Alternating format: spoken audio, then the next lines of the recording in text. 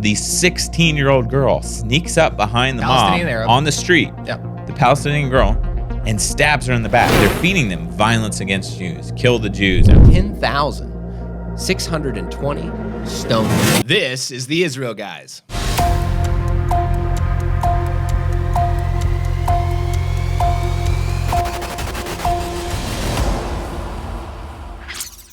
Welcome to the Israel Guys, where we believe that in a world of fake news, you should connect to the true and authentic stories of Israel. Coming to you guys straight from the biblical heartland of Israel this week. If you hear a little bit of wind in the background, that's because wintertime here in Israel brings a whole lot of wind and rain, which we're very grateful for in a desert climate. But you might hear a little bit of that in the background. Josh, we have 6 terrorist attacks happening in the last 2 weeks. We're going to get to that. Arab leaders are comparing the president of Israel lighting candles in Hebron to an act that happened in 2005 that the Arabs used as an excuse to start the second Intifada that left more than 1,000 Israeli Jews dead, which means that they want to use the president of Israel lighting Hanukkah candles as an excuse to kill at least another 1,000 Israeli Jews. Well, to incite. Getting to all of that in today's show. Make sure you subscribe, hit the notification bell. Josh, the Israel Guys social media app and platform has almost 1,000 people on it in just like 2 weeks. And I think we have about 15 countries that are on the app so far. That's amazing. So guys, go to your app store, iOS or Android, and download and join the platform 100% free today. Interact with other Israel lovers from all over the world. It's completely free, and this is the first social media platform in the world that is all about Israel. So That's super right. excited about that. Guys, we're going to talk about what's happening in Israel, and unfortunately, there's an uptick. There's a real rise in hatred against Jews. We don't always talk about all of the terrorist attacks that happen in Israel. Well, if you were to talk about all of them, you would there wouldn't be anything else to talk about. Like, but it's important to know that when there's a big uptick, right? Yeah. And there has been 6 in the last 2.5 weeks. One of which that left LEK murdered, the soldier from South Africa that was shot in Jerusalem and killed. They actually are finally mapping the home of the terrorists to actually demolish it. Yes, that's something they do here in Israel. And it's hard for our Western mindsets to wrap itself around the fact that, you punish the family and the community of a murder, but that is a Middle Eastern mindset. And in fact, it actually probably doesn't go far enough. There's actually documented evidence, you and I are both reading a book right now, of Arabs themselves telling Israeli Jews and telling IDF soldiers that if you would just punish the people that are committing terrorist attacks and acts of violence, then we could live in peace with you, because we don't like the checkpoints and the roadblocks, which were happening a lot more back in the 1970s and 80s. And if you would just kick out the PLO, they actually said that. If you would just kick out the PLO, then we'd be happy to live in peace with you. Right. And so the Arabs themselves, they respect strength, because in a Middle Eastern mindset and culture, the only thing that is respected is authority and strength. And that goes for tribes and clans and the leaders of those tribes and villages. And it's the same way here. Right. So a very small way to discourage more terror is to demolish the home of a terrorist. And that's Middle Eastern. That's what you're saying. Like, and when you respond in that seemingly strong way, the enemy backs up. And guess what? They not only back up, but they also quit supporting that entity. So the PA, as you mentioned back in the day, well, all throughout their existence, they've always been supporting terrorists to do their terrorist activities. So whenever Israel pushed back harshly against that, boom, it stopped. Okay, so that's the situation. And right now, there's obviously a bit of a feeling of weakness, where the enemy is taking advantage of the weakness. The government is not a real strong government right now in Israel. There's even Arab parties that are showing favor towards and also condoning attacks. At least not saying the attacks condemning were at least not condemning.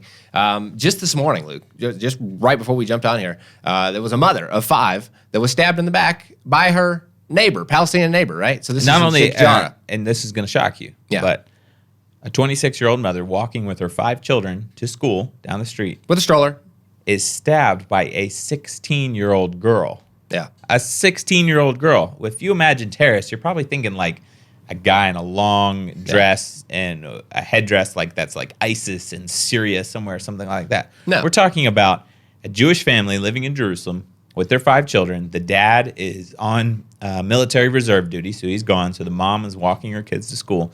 And the neighbor, people that they knew, the dad has actually said they know these people. The 16-year-old girl sneaks up behind the Palestinian mom Arab on the street. Yep. The Palestinian girl, and stabs her in the back. And thankfully, she was so scared or like frightened by the fact that she just stabbed a lady with this knife that's like this long that she ran off. Because if she hadn't, who knows? I mean, we don't want to think about what could have happened. Yeah. 5 little children all there with her. Yeah. Unbelievable. The story, that's just this is an example of what's happening right now. There's these, they call them lone wolf attacks. So these lone wolf attacks, meaning this is what's being taught by the schools, by the teachers, by the municipalities, you name it, throughout the Palestinian education system.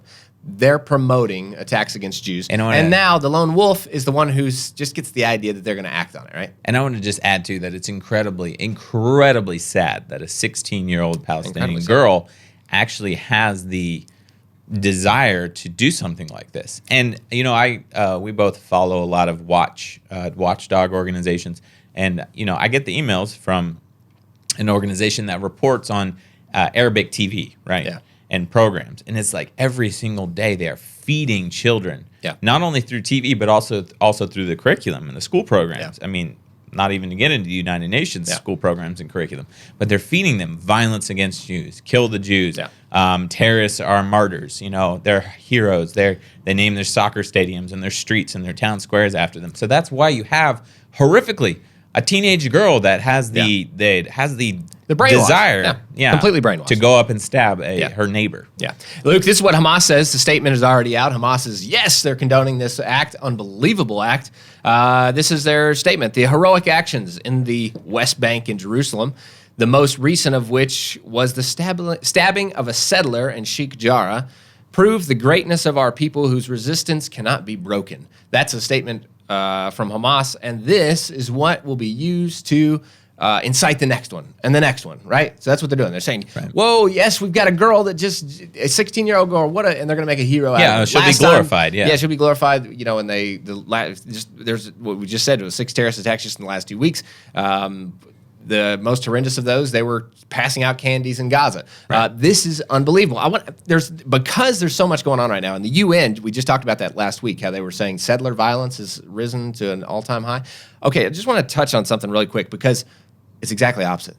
The violence against Jewish people settling the land of Israel is at I can't say an all-time high because it was also intifadas and all kinds of things. But right now there's an uptick. It's increasing, I just want to say something real quick here, Luke. The leftist organizations counted for 1,400 acts of settler violence. This is a left-wing version of settler violence, whatever that is, since 2012. Okay, so we got quite a lot of time here has passed, and they have 1,400 acts of settler violence towards Arabs. This is Jews against Arabs, right? Jewish settlers against Arab Palestinians. Which let's just say, based off of personal stories that we know of, things that we've reported on in the past, let's say 1,380 of those are like either self-defense, not true, complete lies, distorted. Things it's not true. And here's a stat from their own self. Because there are very, very few acts of violence. Here's a stat, and I'm not going to agree with this stat either, but they themselves say that 70% of their so-called settler attacks against Arabs are not against people, but against property. Right. Okay, what are we talking about here? I'm not going to say that that's good either, but obviously that's not right. But they themselves are saying it's not against the people. Which, okay, if we're going to talk people or property, people need to be protected first, okay? Both need to be protected. But when we're talking about people's lives in danger, we're talking about a whole different thing, okay? Right. And when we go to the other side, what is the stats? When we have Palestinian Arab violence against Jews, nearly 100% of the time, it's to kill. There's a little bit of difference, okay? I'm not saying, we're not going to make a fact that settler violence is okay. But what we're saying is, okay, that's not really happening.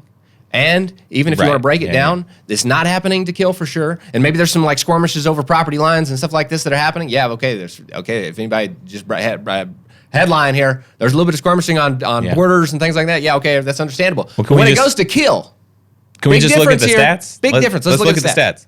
Palestinian violence against Jews 2016 to 2020, 3,675 firebombed Israeli buses and cars. Okay, so wait a second. They've already talking about Molotov we're just talking about cocktails and things like that. Taking a bottle, filling it with gasoline, tying a wick to it, and throwing it at a car or a group of people. That's kind of bomb. 3,675. Remember, but when we go through these, Luke, everybody needs to remember that there's 1,400 attacks according to the left wing, that we're not agreeing with his numbers. Yeah. It's false anyway. But we're just saying, okay, if you want to believe that, okay, and you want to set that aside. Let's look at what the facts are.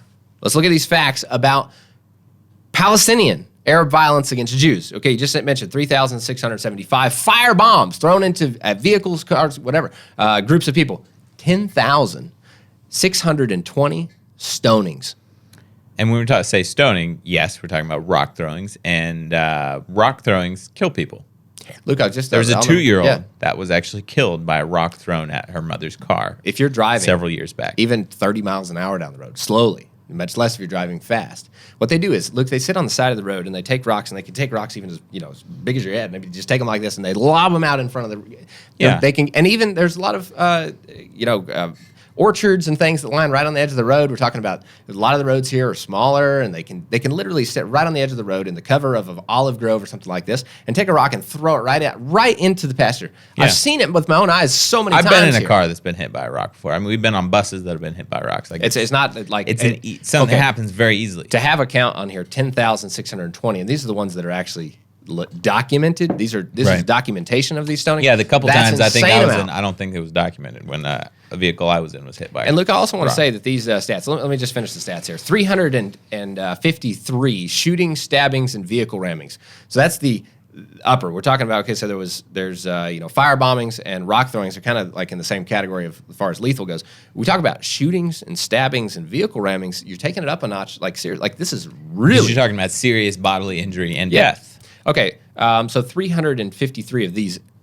This is just, and I also want to say that this time period of 2016 to 2020, this is considered a calm period of time. No wars, no uprisings. This is a very calm period of time. This is the stats from the calm. Right. That's unbelievable. Okay, so I want to just make a comparison right here from what the leftists say about the settlers and their violence and how it's up right now. When it comes to Arabs, we're not talking about 70% property violence. We're literally, I just want to make this very clear, I made it earlier, we're talking about nearly 100% of the violence is aiming to kill Jews. Because all those stats you mentioned are against people. Yeah. And against Jews. Yeah, exactly. Yeah. Luke, we're going to move on. We just got to bring that because there's so much happening right now in Israel in regard to this and the uptick. We have to let you guys know that. Also, as regard to security, Israel is moving forward very well. The last 3.5 years, they built a 40-mile security barrier along the Gaza Strip. The security barrier goes all the way through 40 miles along that border. And when we're talking about Israel, I saw a quote. They said Israel prefers security, borders, and walls, and fences, these things, over wars. Right. Which is true. And we're talking about, you might have heard, actually, we did a video where we went out and visited the so-called apartheid wall between the West Bank and Israel proper, Judea and Samaria, right? Go watch that. It came out on our channel about a week and a half ago. But this is actually a different one. This is the border between Israel and the Gaza Strip. Yeah. And it's actually much, much, much, much more sophisticated because Hamas dug so many underground tunnels, one of which we were actually in and filmed a documentary in, an actual terrorist tunnel, that this fence separation barrier had to be more than just a wire fence. Yeah, well, it wouldn't help at all because they just dig right underneath it. Literally, it goes, I'll just give you a quote from the Defense Ministry. It says, the barrier includes an underground component with sensors, an above-ground fence, a naval barrier, radar systems, and command control rooms to prevent infiltration from the Gaza Strip into Israeli territory. Look, there's so many stories we have. We were down there on site. We went into the bunkers. We went into I have personally been into a Hamas terror tunnel that was discovered on the Israeli side. Thank God Israel found it. What they were going to do is they were going to come out of, and they were going to come into the Hamas terrorists. Were going to use these tunnels to come into Israel and commit attacks against Israeli civilians. So thank God these attacks back then were stopped, and now we have, thank God for the, Israel spent $1 billion, $1.1 billion to put this in. So literally, they're going as far as they can to protect the citizens, protect the citizens of the South and along that border to be able to live securely. Like Israel puts a huge emphasis on the ability for their citizens to live securely in the South. So no longer are the Lord willing, I can't imagine them going any deeper than what they have counted for, but literally sensors and all the above, just to keep Hamas from fighting and killing their civilians. The measures that they've gone to do this is it works because before this, they had multiple terror tunnels that were dug Many of them coming up right beside an Israeli community. Exactly. And the idea was that like an actual army of Yeah. terrorists was going to pop up out of the ground, and it would be mass murder inside Right. Israel. Right. So this fence is actually going to just like stop that. So like you said, Israel would rather have a fence than a war. Right. Which I think is commendable. They'd rather not kill people and rather just put a fence. And the At reality same time, is, they built the fence between Judea and Samaria and Israel proper. Bethlehem, like we showed in our video, Yeah. and 9 terrorist attacks went down 95%. Right. So Right. I'm pretty sure this one's going to work with Gaza too. Yeah. Except for the rockets. I don't think it's gonna rockets keep are a the problem. rockets The out. fence doesn't really help that. Yeah. But they have the Iron Dome. This is what the defense minister, Benny Gantz, stated that Israel, the barrier will provide Israeli citizens a sense of security and will enable the beautiful region to continue developing and flourishing. He continued to said Israel could be currently seeing, this is fascinating that he ended his statements here, that Israel could be currently seeing a calm before the storm. Israel's put a lot of investment into the Gaza area to try to enable calm, which is interesting that Benny Gantz is saying this because, we're not talking about Judea and Samaria and the lone wolf terrorism things right now. He's speaking directly about Gaza. Well, and the it's situation important there. for people to know that when the 11-day violent war, call it war with Gaza, happened back in May 2021 this year, when they stopped, it wasn't like a permanent agreement. It was Right. like a temporary ceasefire, and the goal was to work out a permanent ceasefire. Well, Right. I didn't even know that they actually haven't figured that out yet. Right, They're still trying. right. So anytime if Hamas decides they're not happy, they'll just start launching rockets again. Which, that's what the defense minister, Benny Gantz, is referring to. He's referring to, we may have the peace, Right. the calm before the storm. And that Gaza is uptick. Gaza, he feels the unrest starting to boil over again. And they're only keeping this sedated, basically, because they're playing it very, very simply. They're saying, listen, you keep to keeping the peace, and we'll allow additional aid and international flow of assistance to go into Gaza. So that's one way they're trying to keep it like, okay, we're going to cut off the funding. We're going to cut off these things. If you're going to keep throwing rockets at us, we're going to stop the aid. Like, Right. that makes sense. So this is one way how they're keeping things calm there. The other way is they're trying to right now work on what are the conditions for rebuilding Gaza. Everybody's talked about the rebuilding of Gaza. Every country in the world is trying to get their 2 cents in on rebuilding Gaza after the war. I'm pretty sure they could have already rebuilt themselves if they used all the money and the concrete and the materials that Israel has allowed in to actually build Gaza instead of build terror tunnels. Right. So one of the conditions that Israel is giving for the international community to engage in Gaza and to rebuild is the return of 2 Israeli civilians that are actually hostages now to Hamas, and 2 IDF soldiers that were killed in battle that they took captive. So they have the bodies of 2 IDF soldiers and two Israeli civilians, and Israel is basing their whole permissions to allow the rebuilding of Gaza and Israeli permissions for international community to work inside and to help Gaza rebuild, based on the fact that Hamas would give them back their boys. Right. Their Which is a fallen good soldiers, thing. Yeah, as well as Israel the 2 citizens. Should stand strong on this. And the reason why I bring this up, Luke, is because last time we had an interchange with Gaza, but Gaza's saying we want a prisoner swap for it. They're saying the rebuilding of Gaza is not enough. We need our terrorists back. Isn't that ridiculous? They're saying just because you're going to give us permission to work with the international community to rebuild Gaza, no, that's not enough. You're going to have to, in order for us to give you your fallen soldiers and civilians back that we have captured, you're going to have to do a prisoner swap. Yeah. Which a prisoner swap is outrageous. And I'm going to explain that really quickly. Well, can we talk about 1,000, what is it, Yeah, exactly. 1,027 terrorists Hamas in exchange terrorists. for 1 IDF soldier? So this was in 2011. Everybody knows about Gilad Shalit. This was the biggest of Israel's history. But Right. this is what's now the standard. This is what Hamas, they know they can get this, so they're going to go for this. If they think they can get 1,027 Hamas terrorists out of prison for 1 soldier, 1 IDF soldier, Right. they're going to go for that. They're going to go for that. And so that's why they're tacking it on. And they know they can get international pressure against Israel to try to knuckle Israel into some negotiation.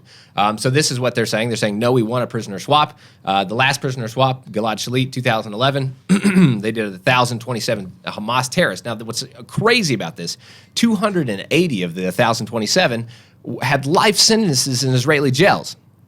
You realize that? Right. They had life sentences, and they gave them up. And then some of them went on to commit more terrorist attacks. Of course they did. And then not only that, but they went in and they took up their positions again. Right. After they come back in that kind of deal, they're considered heroes, like national heroes in their communities.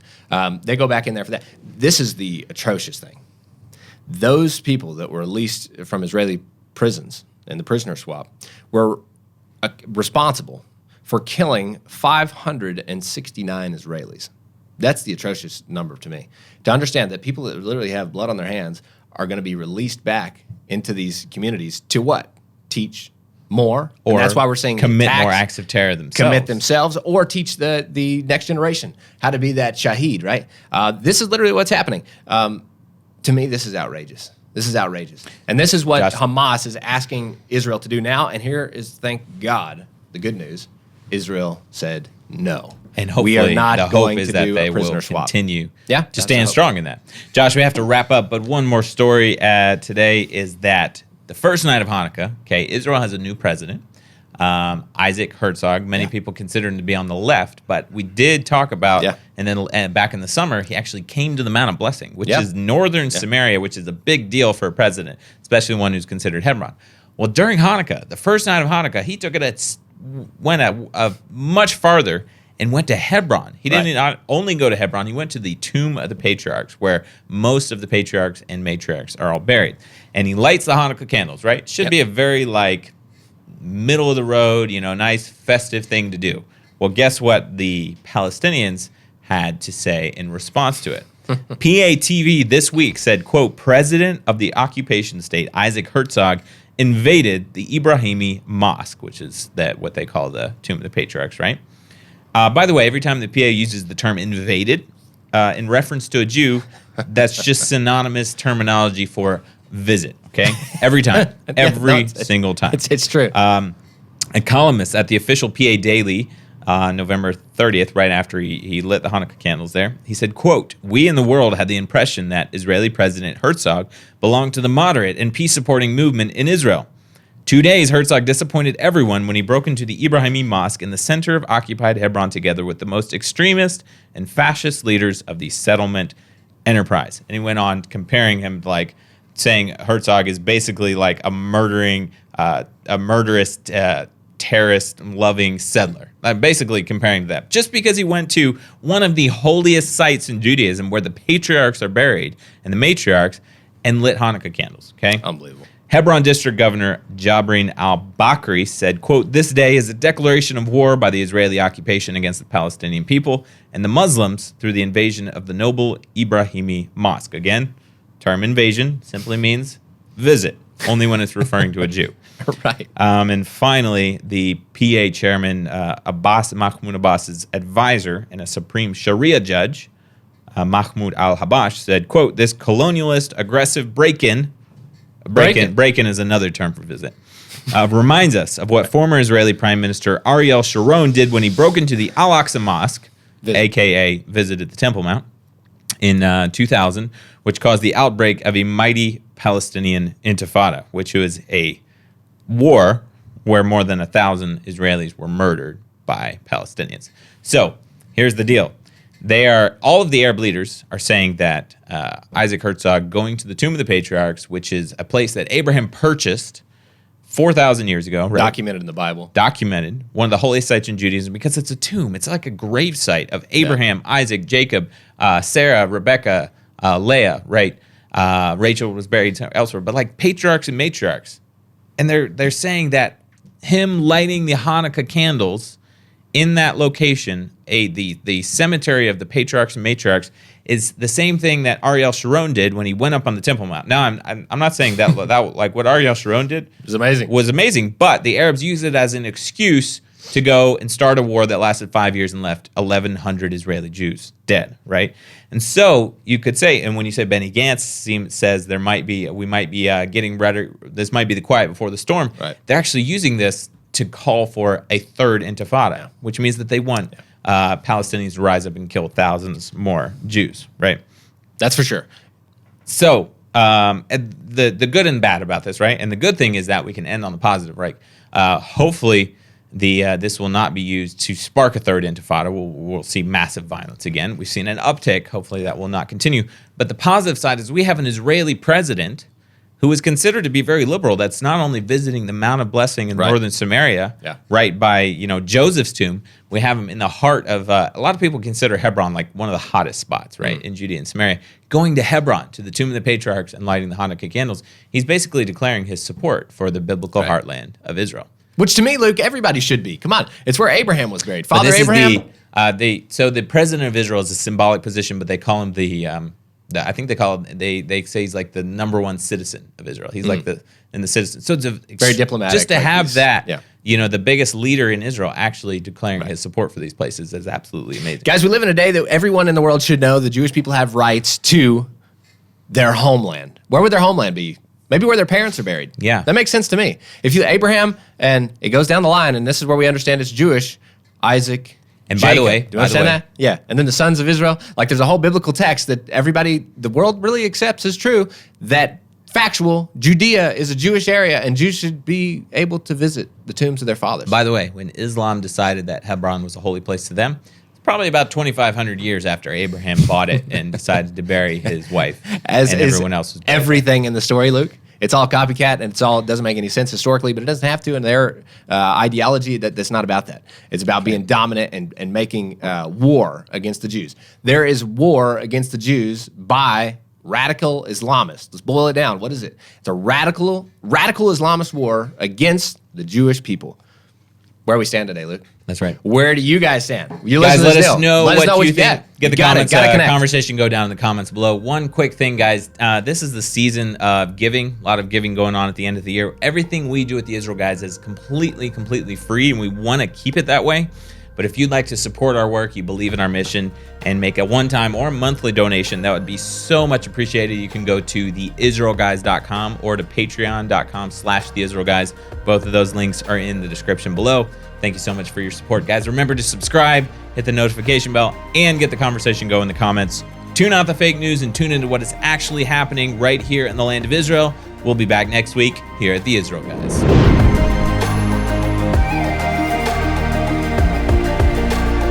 Hey guys, thanks so much for watching. Go ahead and subscribe if you like that content. We can get it to you every week, right there at your fingertips. If you really liked it and have questions, anything, we love comments. Go ahead and leave us a comment as well. If you'd like to even go further, your support would be greatly appreciated. We've got lots of content, lots of ideas that we want to keep pushing out there. If you want to support, you can go to our Patreon page or check us out at theisraelguys.com.